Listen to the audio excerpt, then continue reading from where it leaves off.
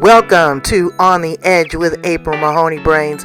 Here, this is the spot where the conversation is pointed, the guests are sharp, and the responses are never dull. Welcome home, Brains. There's only one requirement to hang out on the edge, is that you open your big brain and close your small mind. Did you bring your thinking caps? It's time to put them on, because the conversation starts now.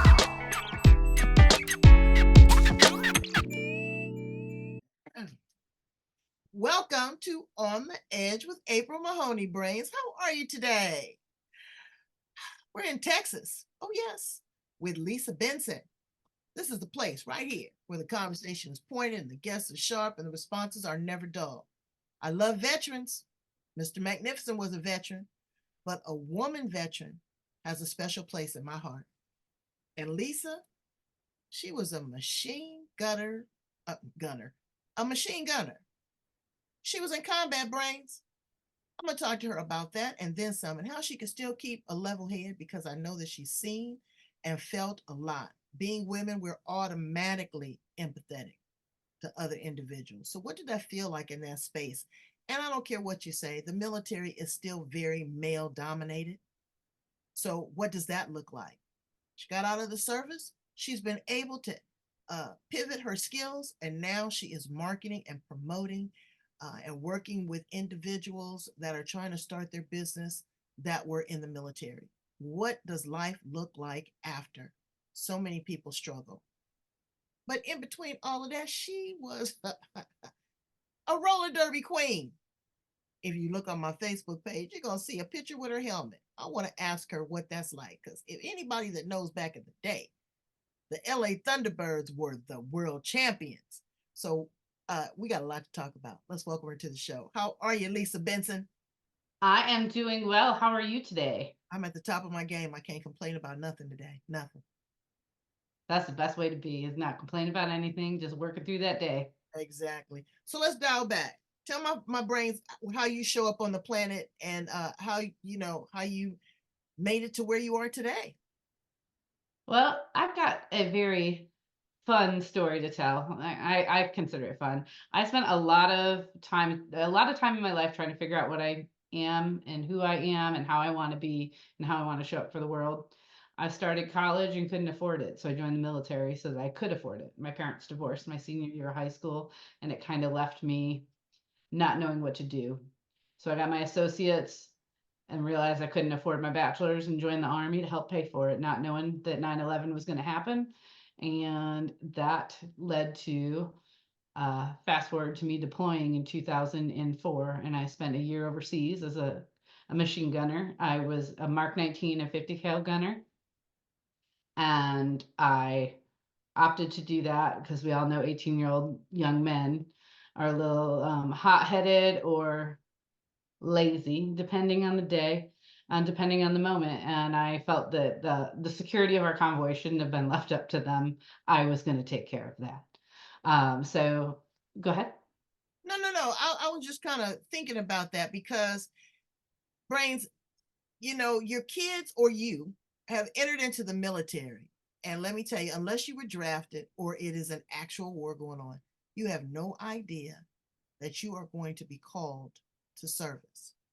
When That you is realize that 9/11 was happening and you were going to have to go over there and defend our country and use a weapon on, sometimes, a lot of times, innocent people that didn't blow up the World Trade Center, hmm how did that resonate in your soul? I it definitely weighed very heavy.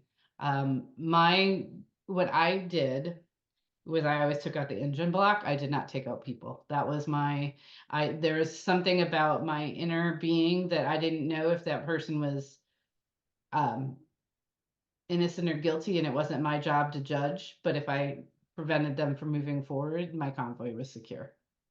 Right. And by eliminating their vehicle, by stopping the engine, the radiator's right there in the front.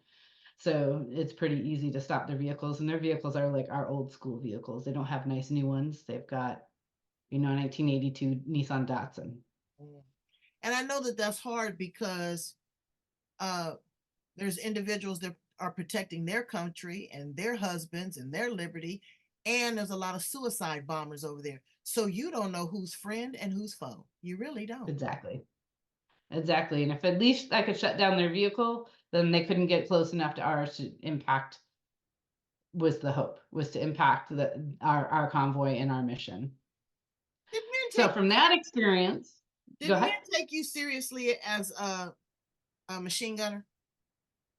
Um, the hardest time I actually have is when I come back here and I do therapy and things here that I'm not recognized because I'm also a military spouse. So I went to the spouse therapy and they told me that I had too much that was going on that was related to my combat. And I went to combat. And then the guys told me that, oh no, you were just a nurse or you were just an administrative. It was like, no, no, I wasn't. I did everything you did and more. I'm gonna dial back to that, but finish telling us a little bit about your transition, because I want to talk to you about how women are treated when they come back and they have post-traumatic stress disorder. So I'm sorry, go ahead and continue. Oh, that is absolutely fine. I love that where this is going. So I spent a lot of time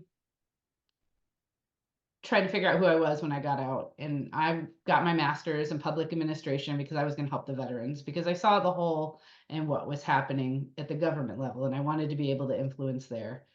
And when I realized that that wasn't a place that you could actually institute change, I just started doing marketing and I started marketing for the nonprofit, which is the roller derby league that I was part of, which we'll get into in a little bit.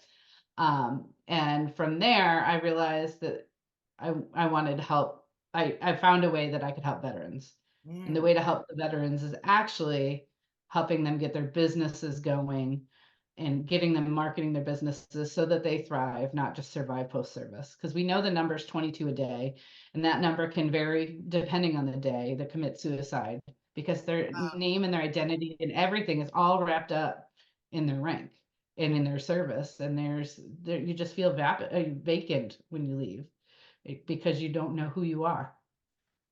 And after wartime, it's a little bit different if you've been in there 20 years. They kind of give you an exit. They give you taps. You kind of go through this, but that's really not enough. Um, No. and you know what I found too? That people that leave the military, they are afraid to really go after the help that they need for post-traumatic stress disorder because they're going for GS jobs. They don't want that on their record. They're afraid that they're not going to be able to maximize what they had in the military and translate that into dollars into civilian world. So they Mhm. dial back. They don't get the help that they need. Then they start self-medicating. Little pill here for the pain, you know, bottle of Jack Daniels right Drink here. that down with your bottle of whatever. Yeah, yeah. The liquid courage, then the Mhm. abuse to the spouse, then the abuse to the kids, then Mhm. all of that coming together and having flashbacks. Unfortunately, my brother-in-law was in the Vietnam War and he was a tunnel rat, and he had to go down in those tunnels and kill a That's bunch of scary. people. And Mhm. he's in a facility right now. To this day, he still calls out names, places, sweats, has the fear that is ingrained in him for the rest of his life. Mhm. Let's talk a little bit about the women veterans. I've had several of them as guests on my show. Some of them have been sexually assaulted, downright raped. Mhm. And they're a liar. You're still a soldier. You're going up against your command. You're not getting the support. You were a mother. You had to leave your child, or you get pregnant while you're over there. Now we Mhm. got some joker in the Congress that wants to hold up everybody's promotion because he doesn't feel that it's appropriate for a woman to have a right to choose, and the benefits of the United States military pays for it. Well, that's a whole nother show. So, That is all over the show. they treat the women, not all the time, because I know some women that are bosses. I mean, captains of ships and all that, but Mhm. they treat them differently. And so when they come back, the services that they need are different. There's a struggle there. There's a contradiction there. What are you finding, Lisa? It's been a long, hard road. One, they flipped my husband's social security number and mine. So when I first tried to apply for all of my benefits, they told me that I didn't qualify because I was still serving. So we had a whole bunch of rigmarole, and Oh, I was assaulted while I was in, and that is one of the things that I don't tell everybody about, but I do think that it's something that's part of my story, and it's a bigger deal that needs to be talked about.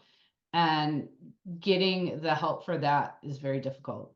Getting one, like I said earlier, being recognized for what you did in combat is very difficult. This is no longer where the men go out and the women stay back on the FOBs, which is a forward operating base. Everybody's going out and everybody's being a part of the mission. So the old school veterans need to understand that there's a new school way. yeah, there's a new school way. And I think that women really need to stand together like we've done Hmm. with the Me Too movement, like we're doing with these celebrities. We need Yep. to stand up and speak out. We need to get rid of some of these old fuddy duddies in the Congress that don't have Hmm. a uterus, that don't know anything about what a woman goes through, and get some new, young, progressive, forward thinking individuals in those spaces. I All right, so 100% agree. you do all of this and you were smart enough to get a master's degree and forge out, create a niche for yourself in marketing. What types of jobs, or not jobs, what type of entrepreneurial things are military people really kind of drawn to? Are you seeing a pattern? I know I had one guy that was on my show, and he does a hauling company, hauls junk and all that kind of stuff. But he's amazing. Hmm. I mean, he's a part of a much larger team with the Marine Corps. There's a lot of support there. But what kind of businesses do they start? So what I've encountered as of late is there's a lot of coaches. A lot of people come out of the military and they had been a coach essentially based on rank and position and while they were in. So they gravitate towards coaching. The last 5 clients that I've had come in are actually project managers. But they want to get into consulting. So they went from that strict regimented part of the military and they want a Right, little bit of the freedom to do what they want to do. right, The right. first few clients I had were actually in hauling. One lady opened her own trucking company. Hmm. So they're across the gamut, but the biggest thing is that they're leaning into what their strengths were while they were in. Right. And coaching, in my opinion, the word is oversaturated. Okay. Hmm. You can be a disgruntled employee in HR and then you leave and all of a sudden you are the subject matter expert. There has to be some tempering Hmm. because the civilian world is not the military world. It's a softer, gentler military than it was Hmm. when my husband was first in. It's a whole lot of things have changed. The way that you speak to people, the way that you discipline individuals, the way that you call them out, the way that you give them assignments to do certain things. My husband said he had to get out when women got on the ship. He said it was just very difficult living in that kind of situation. He says, and you can be compromised. Hmm. Whether you want to, don't want to, whatever the situation is, we're all human beings. So he said it was time to get out. And I agreed. But when you get out, your benefits. I want to give a plug to DAV. DAV, contact DAV. There's a Hmm. lot of companies and individuals that will help you get your back pay, back benefits, get your discharge papers and disability reevaluated. They want a piece of it. I don't have a problem with that. They're doing the work, they deserve it. But DAV is amazing. They will go back, they will help you reassess, they will send you to the appropriate doctors. They are Hmm. quick. Now, after all that big kerfuffle that happened with the VA a few years ago, they're on their job. So go in and get the benefits. You still have your uh, what is that? Your VA benefits that you can go to Yep. college. Your spouse can Hmm. go to college. Your kids can go to college. Take advantage of that. But what I want you to take more than anything is a self-evaluation of you. Just gauge yourself. What is your pulse? What is your Mhm. desires? What is something that you've always wanted to do? Um, where is there somewhere you've always wanted to go? Have those conversations. Get the help that you need to get through this because the struggle is real. Am I right, Lisa? Absolutely. I want to add to that while you're talking to the DAV, ask them about the PAC Act. If you served in Operation Iraqi Freedom or any of, if you've been overseas, go get all that stuff taken care of. The government is documenting, it's about research, it's about getting you help, but it also protects your family if anything is to happen to you because of the repercussions. And there's repercussions. We give a Hmm. whole lot of money to foreign countries to fight their wars when we have veterans that are living here, unhoused, unsheltered on the street. All right, we're Yes, off ma'am. that. So you took all this aggression, all this trauma, and you put you on a hat and some roller skates. Tell us about your roller derby. So I started skating when I was in diapers. I grew up in Buffalo, New York, and skated at Rainbow Rink from the time I was 2 till I joined the army. And when I joined the army, obviously you heard that story. When I came back, I had some anger and aggression issues, and my father told me, "Why don't you try out for roller derby?" And that was how I kind of got started. And I there's the birth of flat track roller derby happened right here in Austin, Texas, which is 35 minutes, 45 minutes for me. And I went and tried out. And I joined the recreational league at first and realized that this was what I needed. And I went from that to becoming an actual league skater. Took over all their training for a few years, was a operations officer for the business, but was on the travel team, which is an all-star travel team. I skated around the world. I went to South Africa. I've been to Mexico. I've been to England. Got to skate in all those countries. I coached in all of those countries, and I got the opportunity to actually coach Team South Africa in the World Cup for both the one that they had here in Dallas and the one they had in Manchester. It Wow. was the most amazing experience because I was part of their first wins. They won it. I just helped them get there. And it was so fantastic. And when you think about how you can put things aside and just be with people, roller derby affords that. Roller derby is a very welcoming place. It lights your heart up. It can be the bane of your existence too. So don't there's the negatives that come along with the Right, positives. right, right. The bumps and the bruises and all that, because it's not for Yeah. chumps. It's not for chumps. No, You got to no, it be is tough. not. You got to be Mm. tough to do it. But what I see is just like your dad, a very smooth transition because you had leadership skills, you had coaching ability, you were tough, you were resilient, you were Mhm. strong, you wanted to promote, you wanted to market, you wanted to be among people. So I think that it was a perfect marriage. That's beautiful. Thank you so It much, was Lisa. it was the best thing that I could do because I wasn't getting the help I needed. And it was a great way for me to get those emotions out in a way that was sanctioned and healthy. Good. So let's ask you some fun questions, Okay. as if I haven't gotten all up in your business enough. You are the mama of two fur babies. Tell me about your dogs. Well, I have Miss Shelby Louise. She Oh, is a rescue that we got out of San Antonio, Texas. She was a foster brought back into the foster system 3 times. The first one, there was a person who thought they could let her run free on a farm and couldn't figure out why she was chasing chickens. really? And it was a 10-acre farm and they couldn't find her and she was chasing the chickens. And so she's too hard to handle. So they took her and put her in the foster system. Then another one was an older couple that she was a little too much for an older couple to handle. They were in their 70s and that was just too much for them. And Mm. then the last one was a woman she ended up getting pregnant with a baby and um, knew that Shelby was more than that. And then 3 months later, my husband and I found her online, and she's been our baby ever since. Oh, she found her forever home. Oh yeah, she did. She jumped up in the bed the first day. She said, "This is it." Now, how did you welcome in the second dog?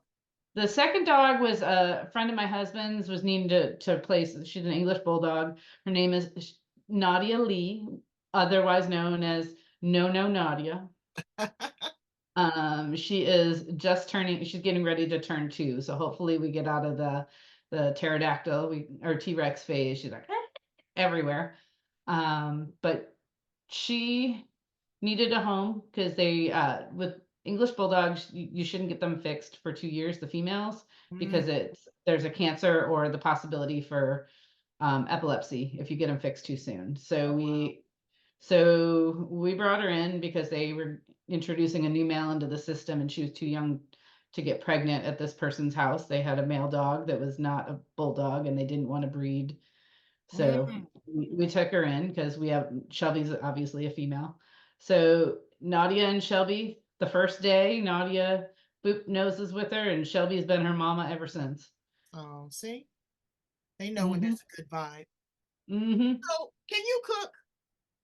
Yes, All right. If you were one of those appliances that you cook with in the kitchen, what appliance would you be?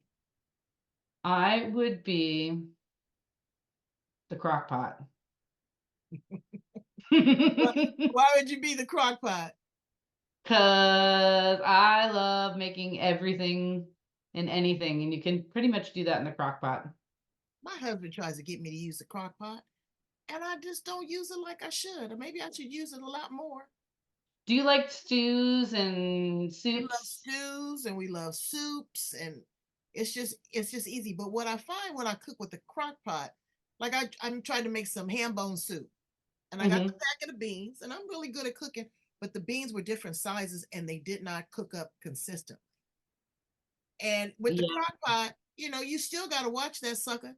You have it on for 2 or 3 hours, and then you put the vegetables in. They say you put everything in at once. You'll have a mess. You got to know how to cook with a crock pot. yeah, that's true, and I just have used it so often because we work from home, so we have the opportunity to go do what you go in, set the alarm, you go in 2 hours later and put in the quinoa or whatever you're gonna add in, because you don't wanna put your starches in too soon, because that is the mess. It Yeah, it'll be becomes a mess. porridge and not Okay, well, I want to be the air fryer. ooh. I thought about that was actually what I had weighed the option Yeah, on. that air fryer. I bought a new stove, and the stove has an air fryer in it. And let me tell you, we cooked some chicken. I'm about to cook some pork chops in that sucker, and with some sweet potato fries. Oh yes, I'm ready to do it now. So that's good. Are the dogs and I invited? We can be there in 23 hours. Come on over. It's gonna take you a little bit longer because I want you to skate. If you were a flower in the garden, what flower would you be, Miss Lisa? A rose. A rose? Why? Because I'm sweet and kind, but I'm a little thorny too. Oh, I like that. I would be a tulip Ooh, because they grow up straight, they bloom, mhm. but then they get wild. That That's me. I like that. Me. That's a good one. If you were an animal, what animal would you be? A bulldog. A bulldog? Okay. That's Typically, I would say a rhinoceros because that is I am I'm fascinated by them. And when I went to South Africa, we got to go to the safari and see mm, rhinoceroses in the wild. I bet. I love hippos, but I didn't realize how dangerous hippos were. They're Yeah, dangerous. yeah. I'd be a party animal. Righteous. I love it. What is your superpower, Lisa? Um, hmm, being authentically me. Mm, okay. I don't put on airs. I don't do anything. I am me, and I encourage others to do that the same. I want to know the real you. I want to know the heart of who you are. I don't need to know the facade.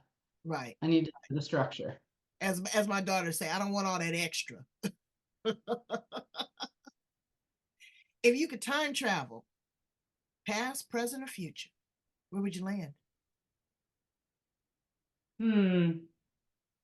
I would land to actually this past Thanksgiving because my grandfather just passed away and I was able to see him on Thanksgiving. I would have spent more time with him even then.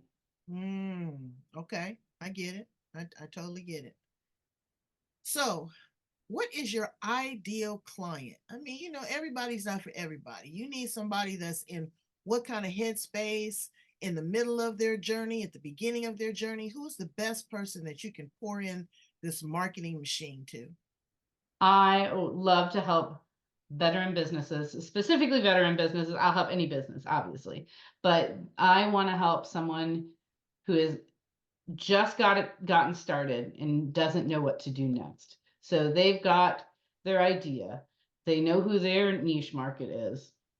We need to obviously finesse because most of us, our mess is our mission. That's when we don't know what we're doing, we look back. It's either a problem we solve for ourselves or someone in our immediate area that we then develop our plan for. And I need to be able to dig in even deeper and truly figure out their demographics, psychographics, so we can talk to their client. I like that part, the beginning, the building the brand Bible, the building the strategy behind it all. Strategy is my favorite thing. I like figuring out the nuances to get you to where you need to be. So the Okay. ideal client would be somebody that knows what they want, has the business started, but they need something to help them reach the level they want to get to. All right. So we're going to target those individuals, but also other individuals that can lend, their wisdom to what's going on in the civilian world. Lisa, Hmm. thank you so much for being open, honest, transparent, strong, courageous, fearless on them skates. I really appreciate that. Cause see, I was a skater, but not roller derby. I was there every Thursday night, ladies backwards. That was my We thing. need to get you back on those skates. I We can get know, I know. Well, I'm 61 and I really don't want to break a bone. And you told me that you were going to send me some information on how I can get some elbow pads and knee pads because I don't want to be Mhm. looking all corny. You can't go to the skating ring looking corny. Yeah, these days though, people because of roller derby and most of the girls learn to skate in derby, when you get there, they're wearing their pads. Yeah, yeah, they're doing it. All right. Well, thank you Mhm. so much for being with us. Please tell my brains how to get in contact with you. I want them to work with you. I want them to follow you. I'd love for you to do a blog or maybe write a personal memoir because I'm sure that you really got some stories that you haven't shared. I'm actually going to work on a book with a friend of mine. I haven't gotten to that point yet, but I'm all things DeBella DeBall Designs, DeBellaDeBallDesigns.com or DeBellaDeBall.com, and then all of that on social media as well. So if you'll find my face. There's this glorious picture of most of them. Um, April saw it just a few moments ago when we got on. I had my curls. It's a blowout image that I had done a long time ago that I keep because it makes me feel cute. So you'll find me at DeBella DeBall, DeBellaDeBallDesigns.com. All right. Well, we're gonna try to find the bell of the ball, brains. Go in, please, for me. Like, love, share, and subscribe. Go back and listen to other edgy conversations here on the edge. We've got veterans, we've got entrepreneurs, we've got coaches, we've got jazz artists, we've got chefs, we've got foster parents for puppies, and a whole lot more. Thank you so much again, Lisa, for being here on the edge. Come back and check me out again soon, okay?